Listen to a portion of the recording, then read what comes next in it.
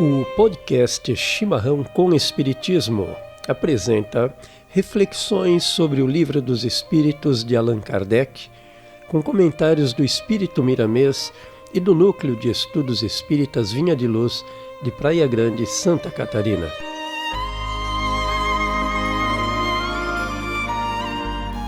Da segunda parte do Livro dos Espíritos, capítulo 4, da pluralidade das existências, abordaremos a questão 171, Justiça da Reencarnação.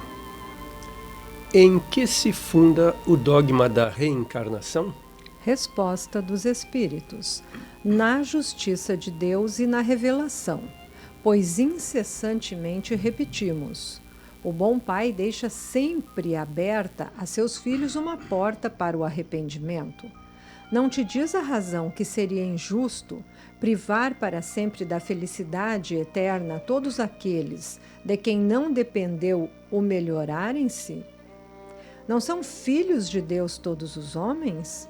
Só entre os egoístas se encontram a iniquidade, o ódio implacável e os castigos sem remissão.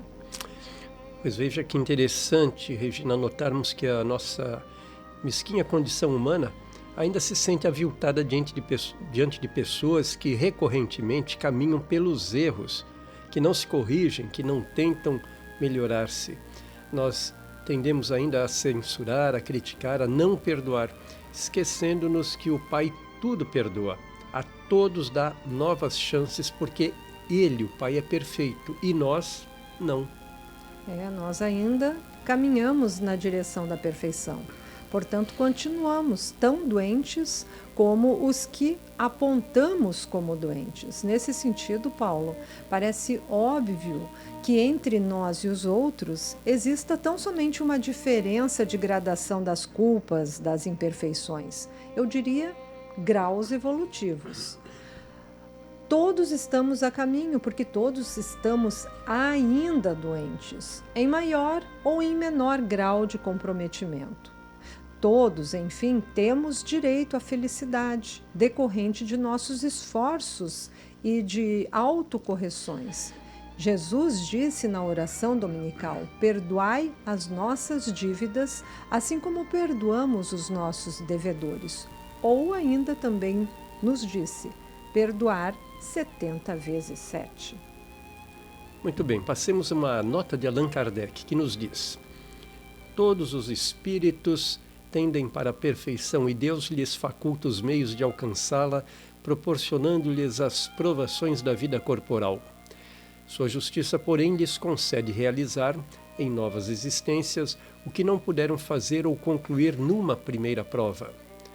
Não obraria Deus com equidade, nem de acordo com a sua bondade, se condenasse para sempre os que talvez haja encontrado, oriundos do próprio meio em que foram colocados e alheios à vontade que os animava, obstáculos ao seu melhoramento.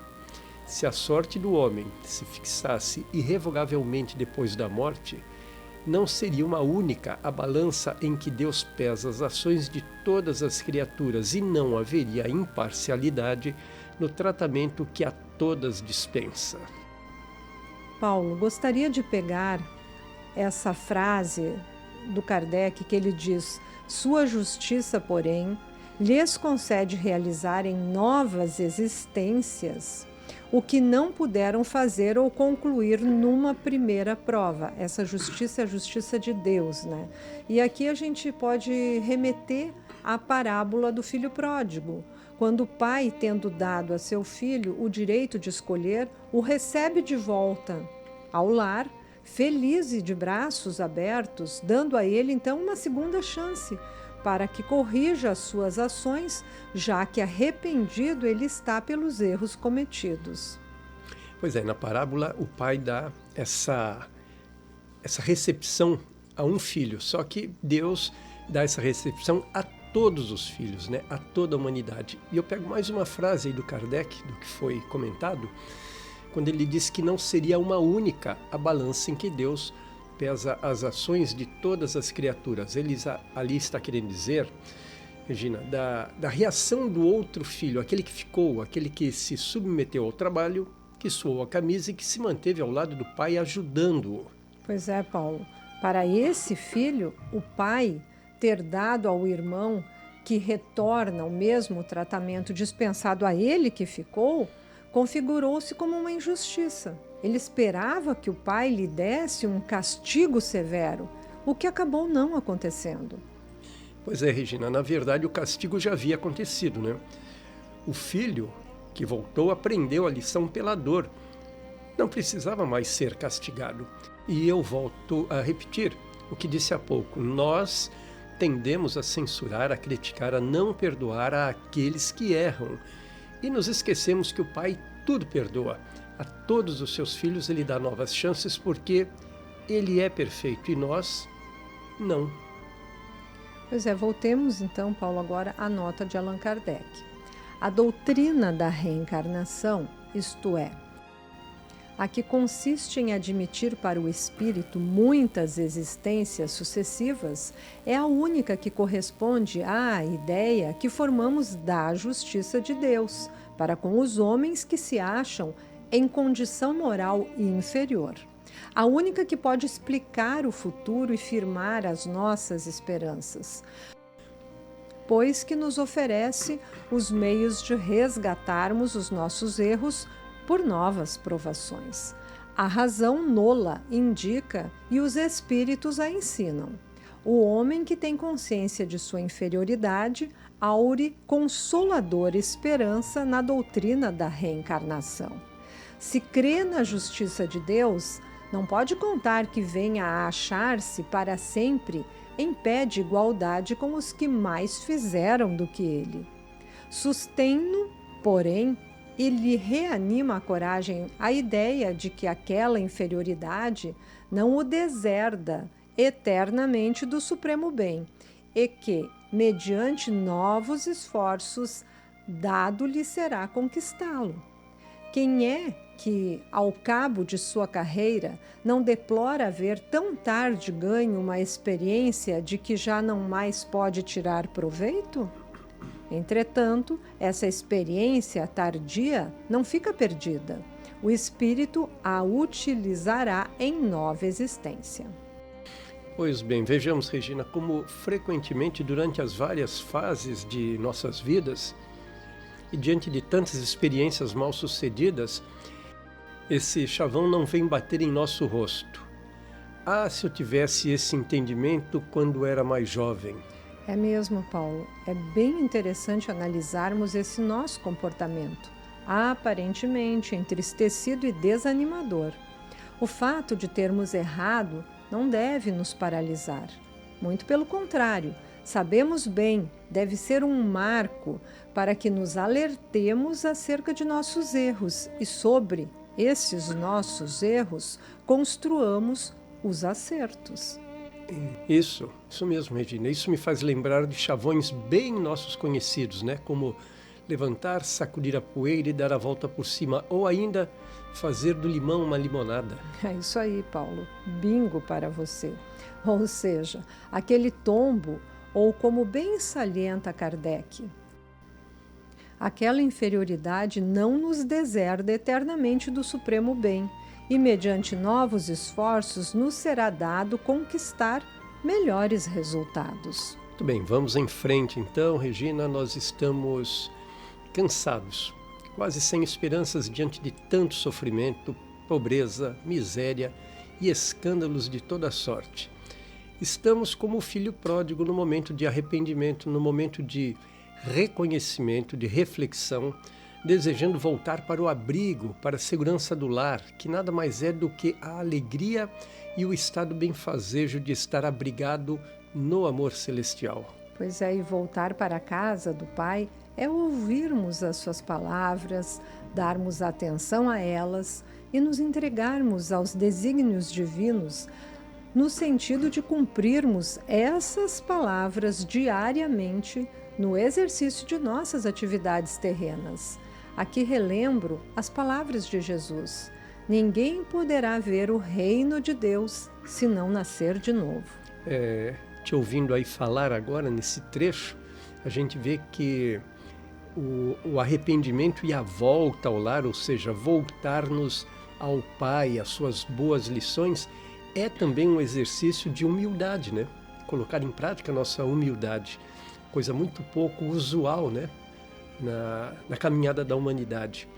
E sobre essas palavras, nós devemos entender que o nascer de novo tanto se dá aqui no plano terreno, quando nos corrigimos, como também no processo de trânsito entre o plano terreno e o espiritual, quando igualmente temos chances de avaliarmos nossas atitudes. É isso mesmo, Paulo, porque renascer é reformarmos-nos, é trazermos à vida o homem novo que está lá, oculto dentro de nós.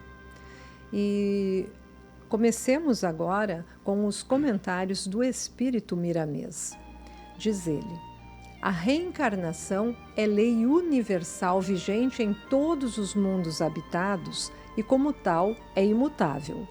O espírito anima quantos corpos precisar para o seu despertamento espiritual. A reencarnação mostra-nos a justiça de Deus, proporcionando a todos as mesmas oportunidades de viverem bem, de usarem seus poderes e de gozarem seus esforços, suas conquistas. Pois bem, em relação à reencarnação, é bastante claro que assim seja. Do contrário, se a cada encarnação fôssemos espíritos recém-criados, estaríamos sempre marcando o passo no mesmo lugar, ou seja, na simplicidade e na ignorância, uma vez que nada traríamos de experiências anteriores para dar continuidade a esse processo evolutivo. Então, esse é o processo pelo qual o espírito, a cada reencarnação, vai acumulando as experiências, mesmo sem delas ter consciência. Se assim não fosse, estaríamos ainda estagnados, estagiando na pré-história humana. Sim, Paulo. Não há outra forma de conceber as nossas existências sem essa racionalidade, que, se por um lado chega a parecer simplista, do outro, evidencia a complexidade das vidas sucessivas na carne, animadas sempre pelo mesmo espírito que apenas troca de vestes. Apenas complementando, é de se pensar que, se cada vida humana estivesse encerrada numa única existência, todo o progresso intelectual, psíquico, comportamental, sociológico, antropológico, moral e tantas outras evoluções simplesmente deixariam de existir com a morte do veículo físico. Pois é, não haveria então essa evolução contínua e irrefreável da humanidade, o que é incontestável. É só nós olharmos para trás a vida dos nossos pais, dos nossos avós.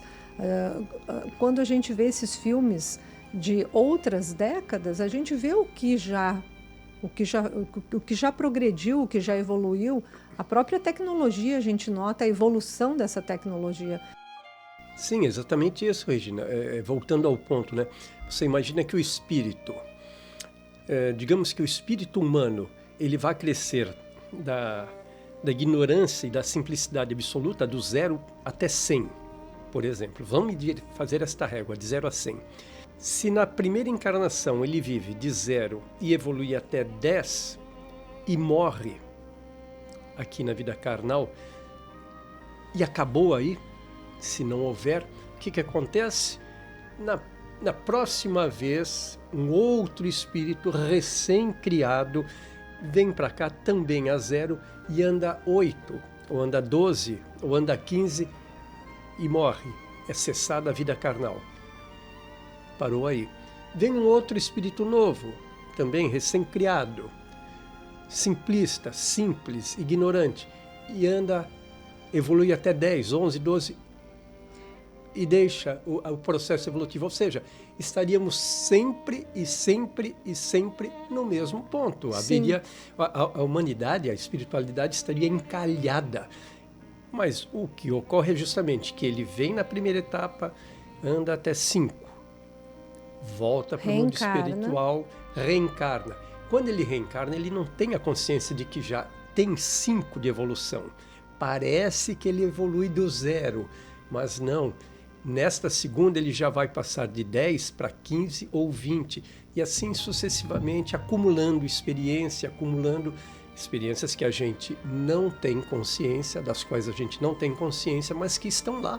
E é isso que vai trazendo a evolução também para o mundo, porque conforme o espírito evolui, ele tem novas ideias, novas criações, também amparado pela espiritualidade, e aí esse progresso começa a surgir. E quando olhamos para trás, nós enxergamos essa diferença. Exatamente, por aí. É como subir uma escada, né? Você começa do primeiro degrau até atingir lá o último. Só que numa primeira encarnação você sobe alguns degraus, volta. Na segunda você já conhece aquele caminho até aqueles 5 degraus, sobe mais 2 ou 3 e assim sucessivamente, né? É um acúmulo de experiências, de vivências e de conhecimento, de sabedoria. A inteligência também vai se desenvolvendo nesse processo. É isso aí, Paulo. Voltemos ao comentário do Espírito Miramês. O descrédito de alguns em relação a essa lei não altera a sua vigência, visto que uma lei eterna fundamentada por Deus não vai deixar de ser lei porque um punhado de espíritos nela não acredita. Quem não crê na luz não afeta a existência dela e continuará a ser por ela beneficiado. Muito bem, continuamos com o Miramês, que complementa. Por alguém não acreditar que a água sacia a sede e é um benefício para a vida, a água não vai deixar de existir para ele. Ela corre o seu percurso, sempre fazendo o bem que Deus determinou. Assim por diante, são inumeráveis os fatos que existem, independentes da aprovação dos homens. Pois é, Paulo, vejamos que Kardec recebe dos espíritos superiores a informação de que todos nós, espíritos encarnados e desencarnados, tendemos à perfeição. Deus nos faculta os meios de alcançar essa perfeição. E porque Deus é justo, Ele permite que, se não o conseguirmos numa encarnação, teremos novas oportunidades em muitas outras encarnações. E por fim, Deus não nos condena ao sofrimento por toda a eternidade. Muito pelo contrário, Ele nos permite evoluir para gozarmos da felicidade eterna, pois esse é o objetivo que Ele projetou para cada um dos seus filhos. Pois é, Regina, e Miramês bate o martelo para todos esses posicionamentos. A ainda imatura percepção humana, muitas vezes, duvida ou nega todas essas verdades, verdades que existem independentemente da chancela humana, pois que estão muito acima da nossa compreensão. No entanto, todos esses posicionamentos não aviltam a razão humana, ao contrário, a servem com coerência e lucidez, com equilíbrio e sensatez, sem falsas aparências ou subterfúgios. E diante dos fatos, Paulo, a luz das verdades imperturbáveis ilumina a razão humana, que então pode se ver na integralidade, afastada das sombras da ignorância repulsiva e gratuita, da ignorância que se nega a procurar e a conhecer. Pois é, temos aí mais um comentário do Espírito Miramês, dizendo que o Cristo sempre foi, é e será nosso guia espiritual, mesmo que não creiamos na sua presença em nossas vidas. Deus é muito mais real na existência de todas as criaturas e muitas delas o negam. E o Miramês diz mais, Paulo, isso tudo são fases na vida dos espíritos e o tempo mostrar-lhes-á a realidade, por processos que eles mesmos desconhecem.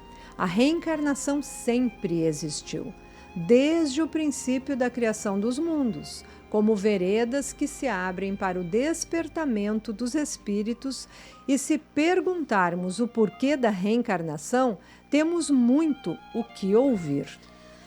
Certamente, Regina. E para entendermos e aceitarmos a existência além do corpo, ou a imortalidade da alma, nós precisamos aceitar que todos somos criados iguais e que somente o meio em que nos encontramos é que são diferenciados e parecem igualmente nos diferenciar. Porque quando você cita, Paulo, que somente o meio em que nos encontramos nos diferencia, eu lembro-me que já abordamos aqui esse tema.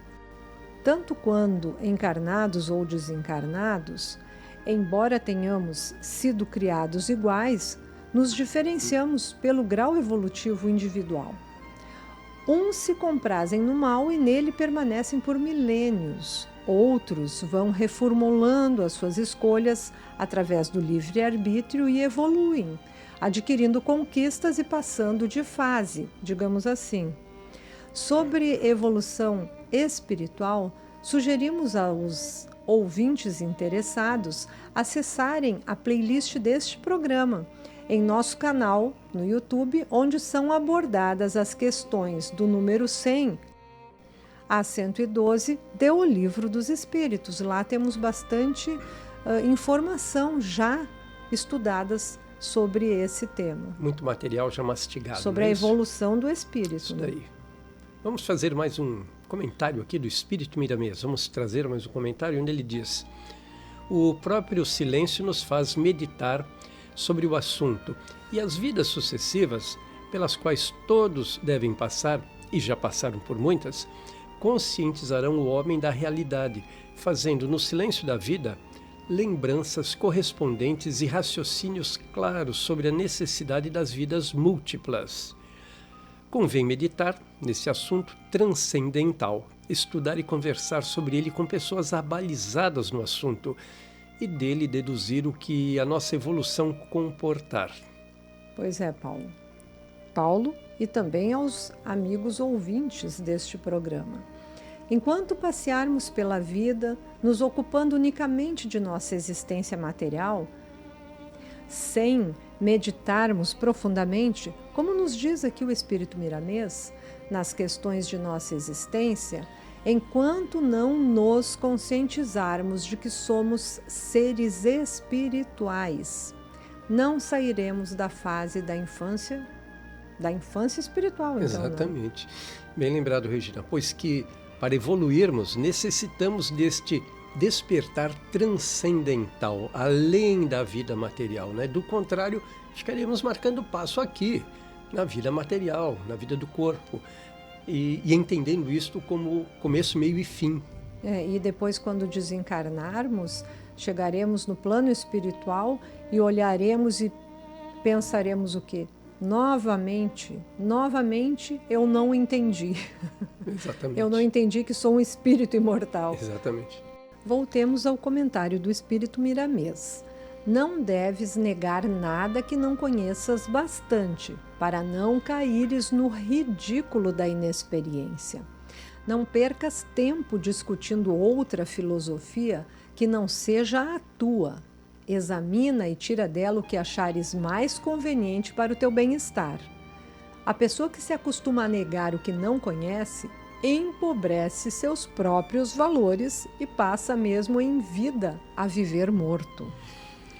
Pois é, Miramês de maneira sutil nos alerta para que não transitemos pela vida atentos tão somente às nossas necessidades, aos nossos desejos e buscas, e que, principalmente, estejamos atentos, alertas para as ciladas que as coisas do mundo ilusório nos armam, uma vez que tais miragens se diluirão imediatamente no momento em que nos desvincularmos do mundo físico, deste mundo ilusório. Eu não diria que de maneira tão sutil assim. O Miramês não costuma ser muito sutil. E ele nos informa que negar o que desconhecemos em nós é sinônimo de carência de conhecimentos que acarretará em uma paralisia evolutiva. Muito bem. Voltemos aos comentários do Espírito Miramês, que nos diz: se já estás cansado de ler livros dos homens e desconfias deles, estuda no livro da natureza, buscando a participação de quem a conhece, para te ensinar as primeiras letras dessa verdade universal. As primeiras lições das vidas sucessivas nos dizem que tudo muda na vida de dia para dia. O progresso é um fato em todos os ângulos. Se encarnamos, por que não podemos voltar à carne? Se o corpo existe, por que não existe o espírito? Hoje, a ciência, na sua dinâmica de especular, já prova que as coisas invisíveis são mais reais do que as que apalpamos e vemos. O que deduzirmos disso? Então nós podemos pensar aqui nesta fala do Miramês, quando ele cita a ciência, né? Que a ciência já prova as coisas invisíveis, que elas são mais reais do que nós apalpamos e vemos. Eu citaria o vento, né? Eu não posso pegar e apalpar o vento, eu não enxergo o vento, mas eu o sinto. Sim, assim como a gente respira, né? O próprio oxigênio não é visto, não é tocado, não é tangível, mas ele existe, é real, né? E a ciência detecta todos esses elementos invisíveis.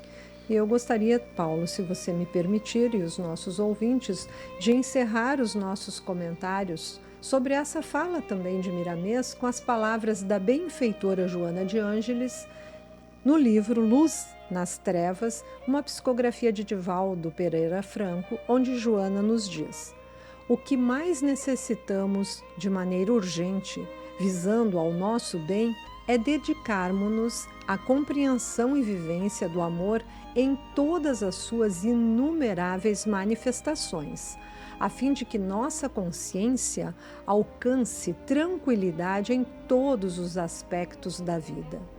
É imperativo contemplar a reencarnação, mergulhar na compreensão desta lei divina, refletir sobre as múltiplas existências que já experienciamos e empenhar-nos na melhoria de nossa trajetória, inspirando-nos na vida de Jesus.